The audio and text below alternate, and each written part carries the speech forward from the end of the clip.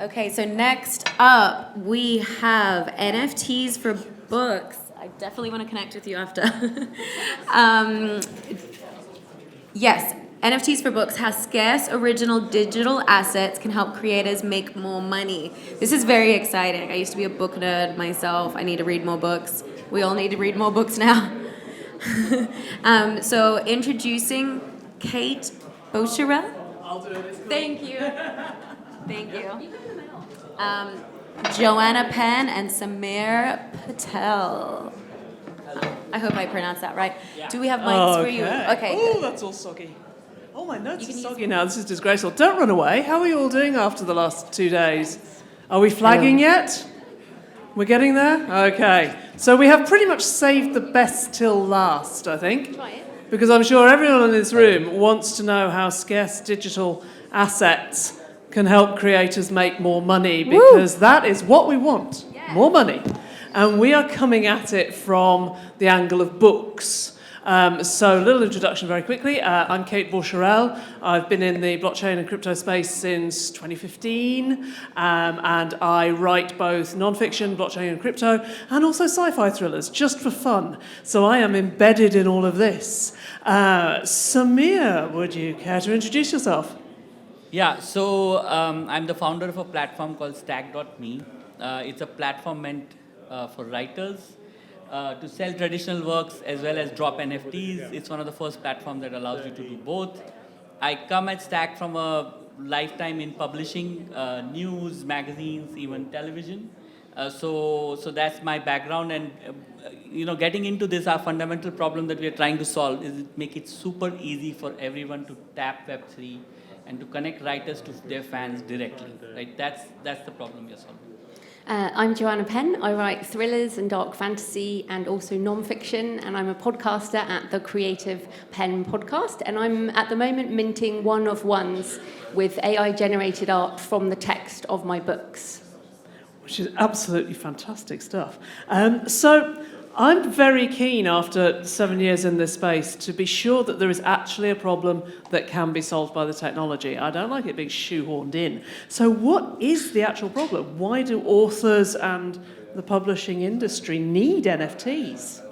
Well, I'll start. I'm sure you all know that the income for creatives is being eroded by the crash of digital to zero. Basically, unlimited books like unlimited music, means less money to the creators. So I see the excitement of NFTs as scarce digital original assets, as I can do higher priced things for my fans and hopefully earn more money and also do special editions, that kind of thing.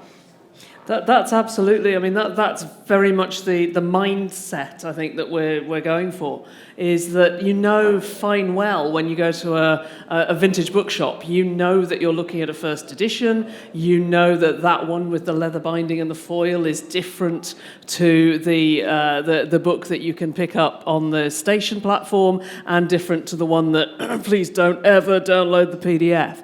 And we want to get that same mindset into digital, isn't that right? Yeah, exactly. And I think, in fact, the situation that you described is a minority one where people are making some money from their writing. Like millions of writers make absolutely nothing, right? So our starting point, in fact, was that millions of writers who are writing on platforms like Wattpad or Dream and many of these other technology-based publishing places where they absolutely make nothing, and people who are able to get past the publishing industry and get their stuff on Kindle still lose 30 to 70% of their revenue to the big platforms, and none of the books are marketed, right? So we basically want to take the power back from that, all of that, and to writers like yourself who can actually go directly to their fans. So that's the big problem to solve. And it's worth a lot because the publishing industry itself is huge. It's just that only the writers don't make money in it. Yeah, I also want to say that the resale, I think, is super important. So at the moment, when we resell, you mentioned a beautiful first edition book, the writers don't get a percentage of that. So to me, this resale of digital originals is going to be another income stream. There's also going to be lending. I mean, we talk about staking with cryptocurrencies, but there is going to be lending libraries with digital assets. I want to think a bit more like the art community in terms of one-of-ones. Sure, we can do 1 of 10,000 issues, but the pricing then will be different. But I see a lot of potential with these special editions.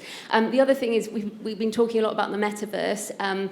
I do have a handbag, but I'm a book person. So when I go into a metaverse space, whatever world that is in the future, I want to have my bookcase with me. And you guys must be book people. You walk into someone's house, you want to see what's on their bookshelf. So to me, the NFT books will be part of your metaverse personality. It will be part of your NFT. There's lots of nodding, good book people nodding of like, I want to show off my first edition Stephen King. I don't need to show off a Chanel handbag or whatever.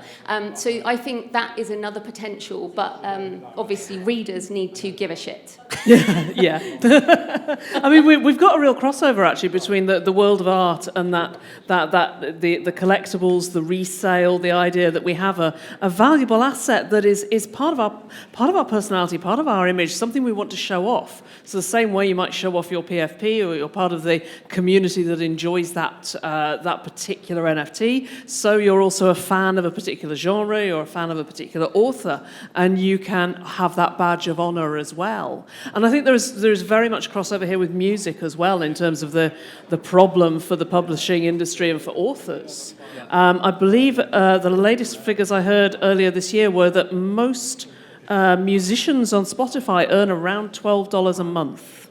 That is not a million miles away from indie Kindle authors, I have to say. Or traditional. Already traditional, yes. Yeah. But Yeah, no, I was going to just say that's exactly right? So the current, relative to the music industry, books is even much worse off because at least in music there are other ways. Spotify is one thing, you can sell yours, you can still sell downloads, you can do merchandise, there's lots of it. And but in books, there is only the book, right? So that's the other thing that we are lacking that Web3 can solve, right? So one of the tough questions to ask ourselves is what does Web3 do that Web2 cannot do for writers? And limited editions, being able to sell alternative covers, being able to generate your own AI-driven art. So I think one of the big things, step one would be to be able to create new things that your 1,000 true fans really want and figure out how to get that to them directly or indirectly. Yeah. Let's have a think through the different ways in which authors can use NFTs. Can I just add another benefit? Yeah. The other thing that's really hard right now is collaboration. So normal contracts make payment splitting very difficult. So I've co-written a number of books, and it is a right pain in the ass getting the money between the people who collaborate. Now, smart contracts will enable us to collaborate much more easily with artists, with musicians. We can create products that are not just the book. So when other people have talked about writing lore around NFT characters, this is where writers can be part of that, and you can do books. And other people are starting with characters and writing the lore, whereas we're kind of starting with the lore and then creating the NFTs to go on the front end of that. So I feel like there's a lot of room for this collaboration that smart contracts will allow, because we can collaborate with like 100 people, right, on a smart contract, which at the moment is super, super hard. And just one final benefit is also copyright tracking. So I know some people want anonymity with blockchain, but there's a huge benefit in actually being an established creator where you can register your copyright on chain before you publish, because there's so much piracy in the space that this will be a way, hopefully, for that to fix. So I see there's so many benefits for the creators and the readers. It's just we need to communicate that. I mean, certainly you've nailed down there some very specific ways in which the structure of blockchain, the structure of NFTs is absolutely relevant to this problem. And it's not something that can be solved. It's a very roundabout and clunky way to do it with current technology. And I love this because I like real applications, and particularly that idea of royalty sharing, of a smart contract that follows all of your collaborations and widens the links between creatives, whether they are writing or filming or making music or making art. So we have different ways that people can use NFTs. We have the smart contracts for collaboration. We have the idea of originals and the resale of those. So let's work through a few more key concepts that we can pick up now. Yeah. So again, sort of, if you go down the list of things that are possible here and now already, just like in the real world, you have leather-bound editions. You can actually add, audio to your book. You can read out the chapters. You can, when you're selling a collectible, you can actually do a token-gated interview that only your fans can attend. So there are a whole bunch of things relative to, again, all the other industries. The surprising thing is in the book world, there already is an equivalent that fans understand. So fans understand that they buy a leather-bound book, which is $500, when they could get a paperback for 10, right? Fans understand that there is a signed copy that you can get for far more. So I think in addition to everything we talked about, multimedia add-ons is something that you can do easily today already. Token-gated Zoom meetings with your fans, maybe something that is already possible. So there's a whole bunch of engagement that is possible that you can sell as part of a single, special edition NFT. The other thing I think is exciting is royalty fractionalization. So Kickstarter for books has just gone nuts since Brandon Sanderson's, I don't know if you guys know about that, $41 million Kickstarter for his books.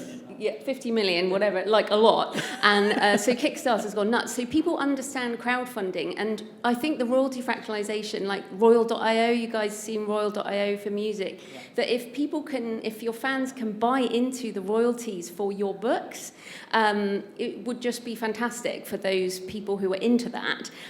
So I think royalty fractionalization, we cannot do that right now in any other way. When you crowdfund, sure, you get your copy, but that's it. You don't get any downstream money. So again, that will make it easier.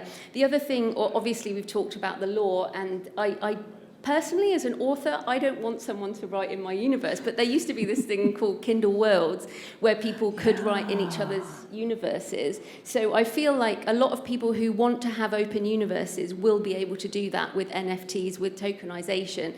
A lot of authors will not want to do that, but I do think there are some options there that are beyond just the asset side.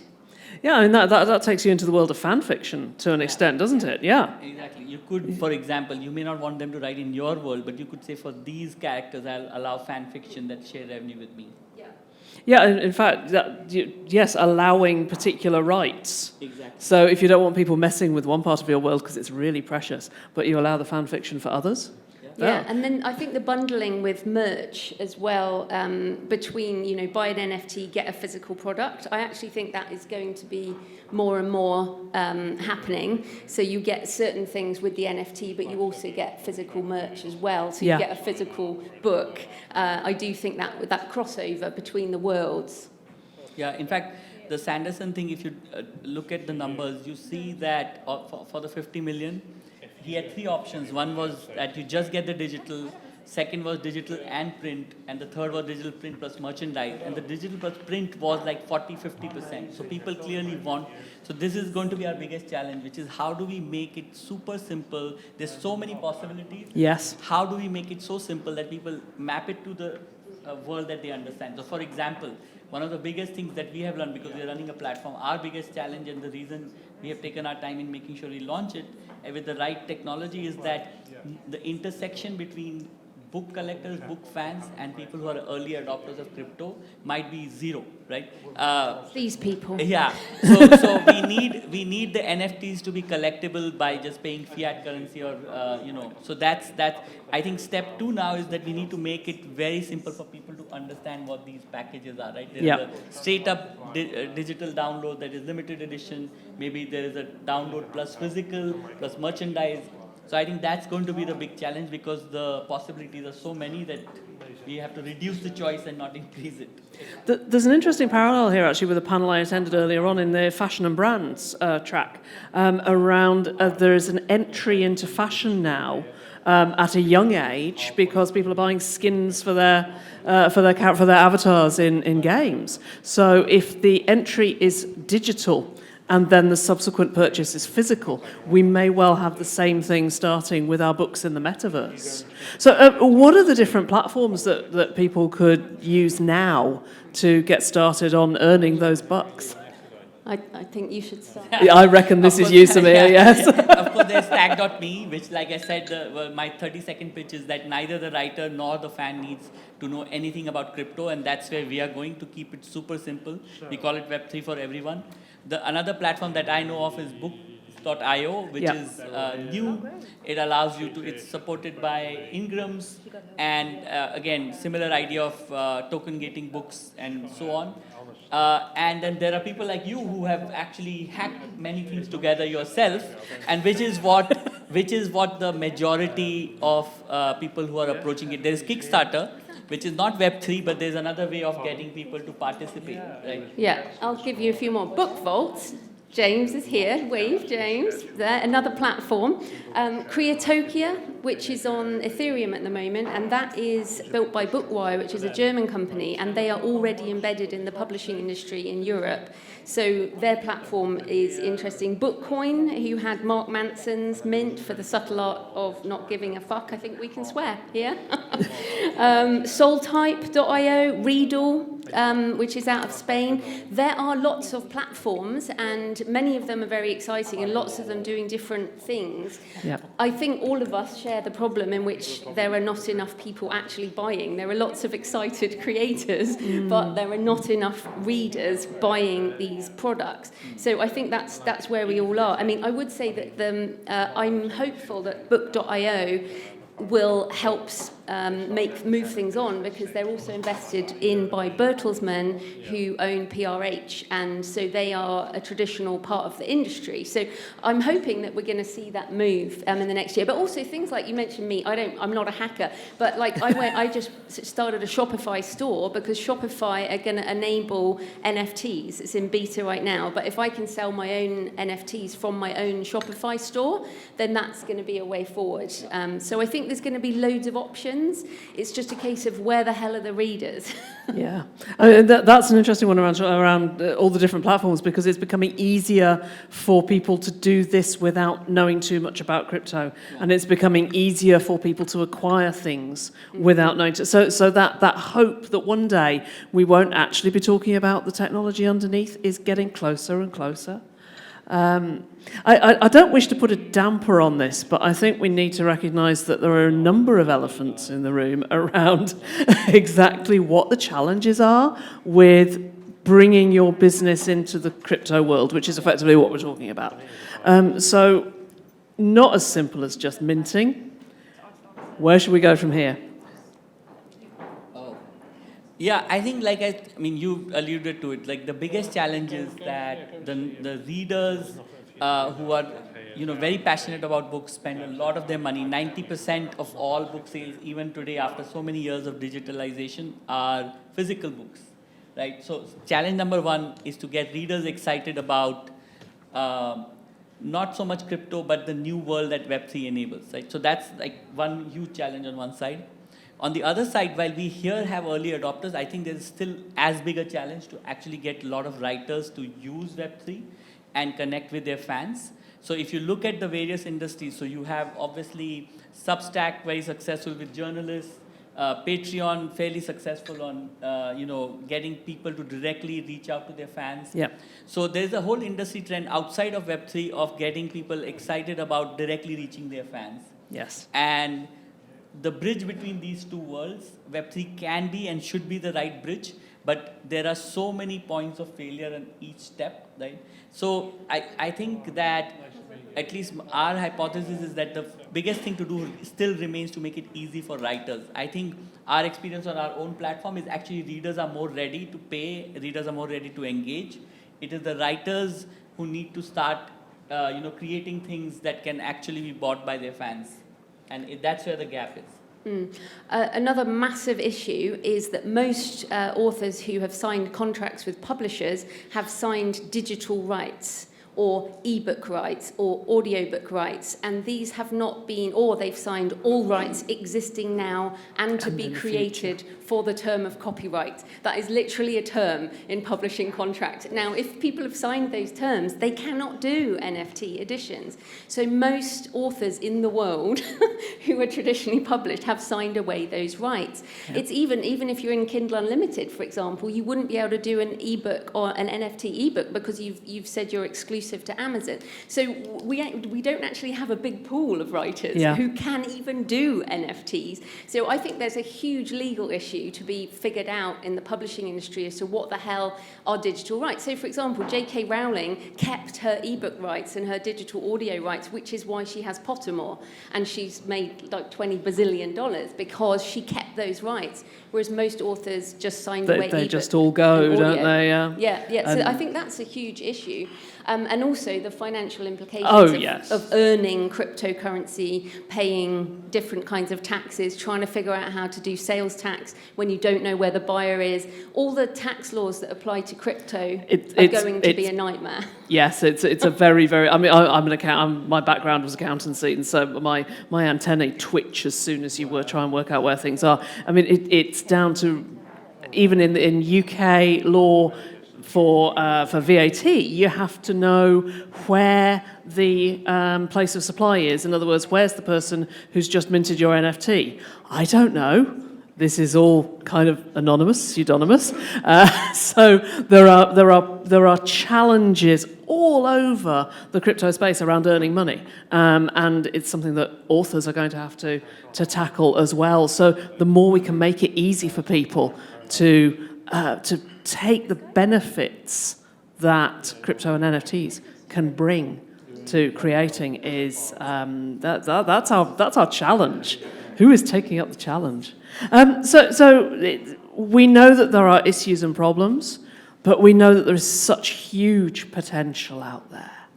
So what does the future hold? What's the vision of where we are going to be when we get this right? Well, I'll tell you what I feel about this as to how I felt when I first put my books on the Kindle in 2008, 2009. I was very early in self-publishing. I was very early in podcasting, 2009. I feel as excited now as I did then, and there's still YouTube videos of me going, look at this Kindle, this is going to change my life. And it did. I've been a full-time author for over a decade, and the Web 2 changed my life, and I fully expect Web 3 to change my life again. And the next decade, this is what I'm building. So I am more than excited about this, and if people are interested, my podcast, the Creative Penn podcast, I do episodes on this kind of thing. So yeah, fully into this. Yeah, so I agree. I think this is as big as the introduction of Kindle and the earlier technologies. And I think what will happen first is the early adopters. So the way we are thinking of the world is there are people who make like zero monetization today, right? There's nothing. They are writing on all kinds of platforms. I'm talking of fiction as well as non-fiction.